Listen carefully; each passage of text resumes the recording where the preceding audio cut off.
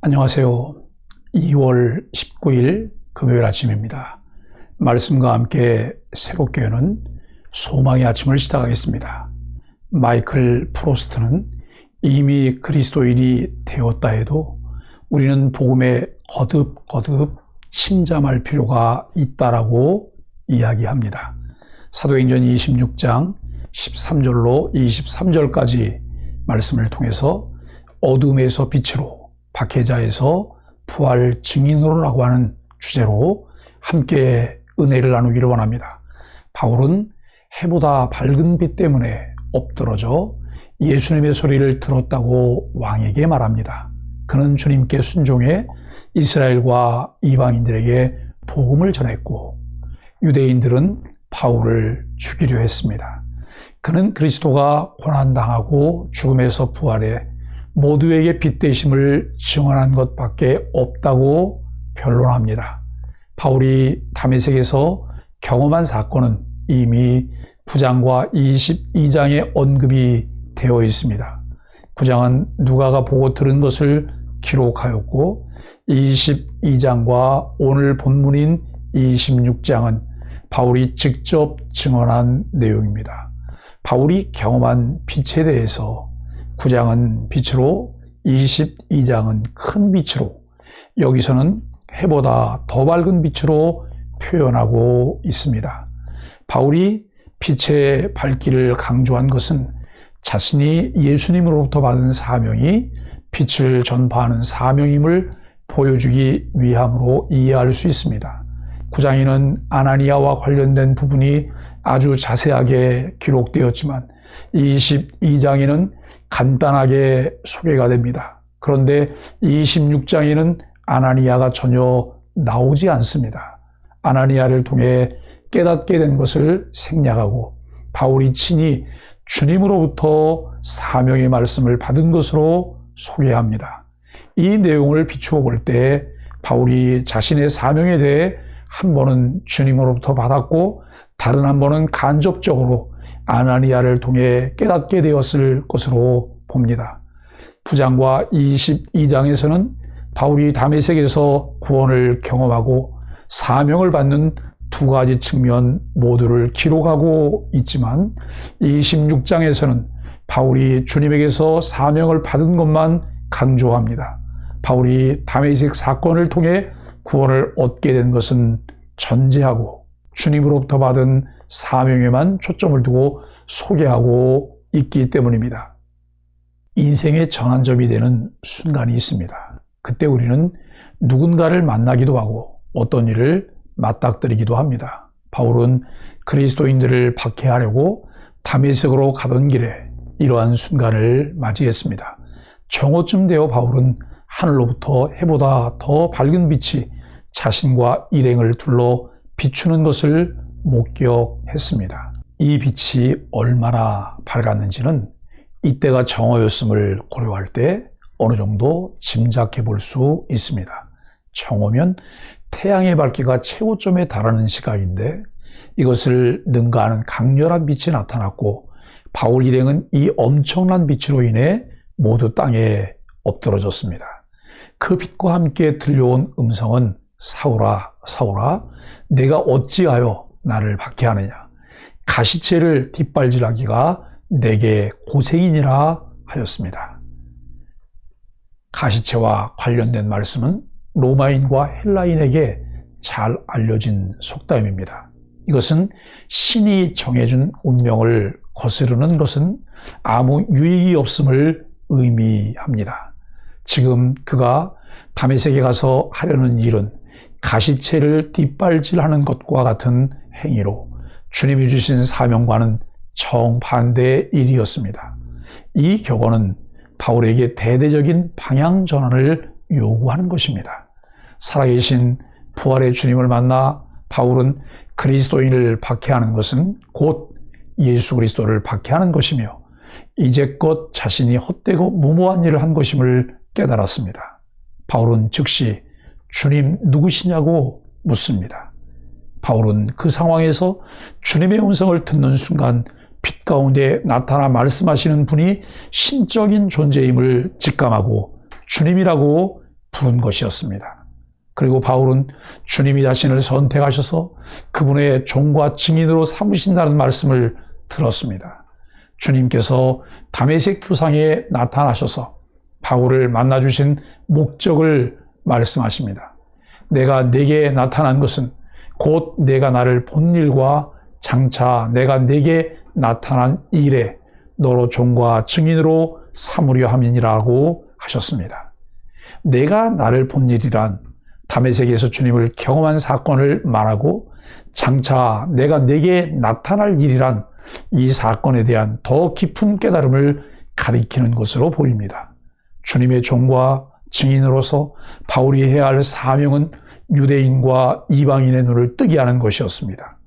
바울을 어두움에서 빛으로 불러내신 주님은 이스라엘과 이방인을 어두움에서 빛으로, 사탄의 나라에서 하나님의 나라로 인도하는 일에 그를 사용하실 것입니다. 주님으로 인해 사망에서 생명으로 옮겨진 사람은 아직까지 삶의 전환점을 맞이하지 못한 이들에게 자신이 만난 구원의 주님을 증언해야 합니다. 주님이 어떤 일을 위해 바울을 부르셨나요? 주님이 내게 맡기신 사역은 무엇이며 어두움에서 빛으로 인도할 복음 전도 대상은 누구인가요? 18절에서 어둠과 사탄의 권세라는 표현은 영적으로 눈이 어두운 상태를 잘 설명합니다. 영적으로 눈이 어두운 자들은 어두움 가운데 있으며 구체적으로 사탄의 지배와 속박에서 벗어나게 하는 역할입니다. 지금까지 누가는 많은 유대인과 이방인이 사탄의 권세에서 하나님께로 돌아와 죄사함을 받고 하나님 나라의 백성이 된 것을 강력히 증거했습니다. 이렇게 하나님 나라의 백성이 된 사람들은 주님을 믿어 거룩하게 된 무리의 일원이 되었습니다. 하나님의 뜻을 분명히 깨달은 사람은 길이 험난해도 사명을 끝까지 감당합니다. 바울은 유대인과 이방인에게 회개를 촉구하며 하나님께로 돌아오라고 외쳤습니다. 그것이 하나님의 뜻이었기 때문입니다. 바울은 이 일로 유대인들에게 죽음의 위협을 받기도 했습니다. 그러나 하나님이 그들을 인도하셨기에 그는 여전히 살아서 모든 사람에게 복음을 전할 수 있었습니다. 그리스도가 고난당하시고 죽은 자 가운데서 부활하셔서 온 인류의 빛이 되신다는 구약 성경의 예언은 예수님을 통해 이루어졌습니다. 하나님은 오늘도 이 진리를 알리는 주님의 증인들을 지지해 주십니다. 바울은 죽음의 위협을 받으면서도 어떻게 모든 사람 앞에서 주님의 증인이 될 수 있었나요? 내가 하나님의 도우심을 간구해야 할 일은 무엇인가요? 바울은 자신이 받은 바 사명에 충실하게 살아왔음을 증거합니다. 바울은 예수님이 자신에게 주신 사명을 하늘에서 보이신 것이라고 표현하면서 자신의 삶이 다메섹 도상에서 자신에게 임한 하늘의 거룩한 뜻을 따르는 삶이었다고 말합니다. 그것은 신적인 존재인 예수님을 통해 주어진 하늘의 사명을 따르는 삶을 살았다고 증언하는 것입니다. 유대인과 이방인에게 회개하고 하나님께로 돌아와서 회개에 합당한 일을 하라고 선포했음을 고백합니다. 바울이 그들에게 선포한 메시지의 핵심은 회개하라는 것과 하나님께로 돌아오라고 하는 것, 그리고 회개에 합당한 일을 하라는 내용입니다. 회개하고 하나님께로 돌아오는 것은 18절에 나를 믿어 곧 예수님을 믿는 것으로 구체화됩니다. 사도행전에서 회개하고 하나님께로 돌아오는 것은 반드시 예수님을 주와 그리스도로 믿는 것을 포함합니다.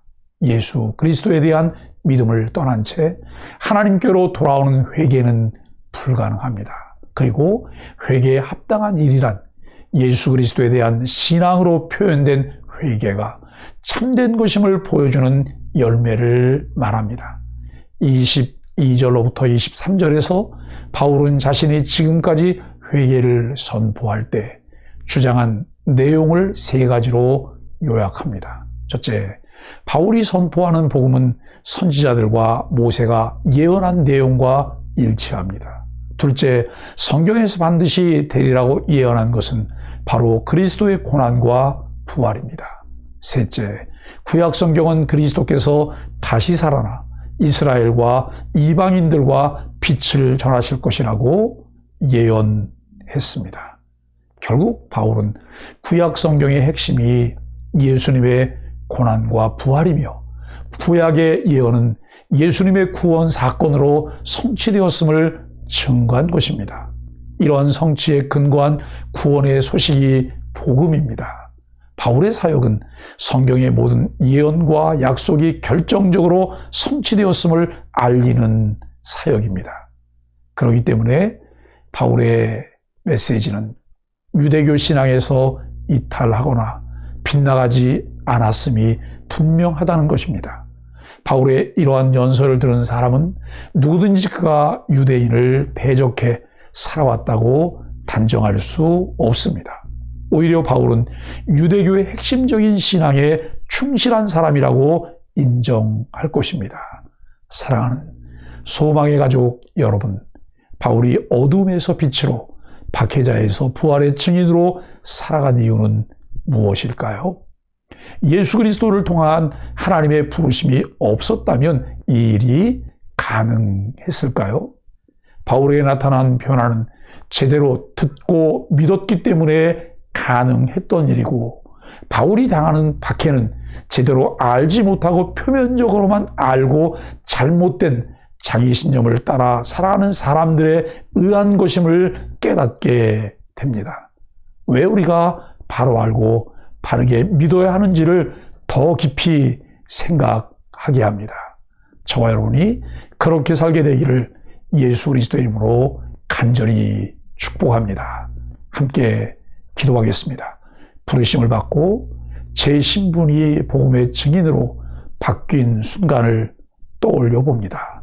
고난이 따른다고 사명을 외면하려는 어리석음과 나약함을 버리게 하옵소서.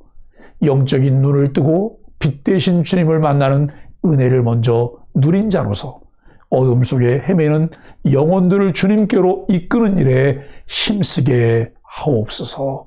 예수님의 이름으로 간절히 기도드립니다. 아멘.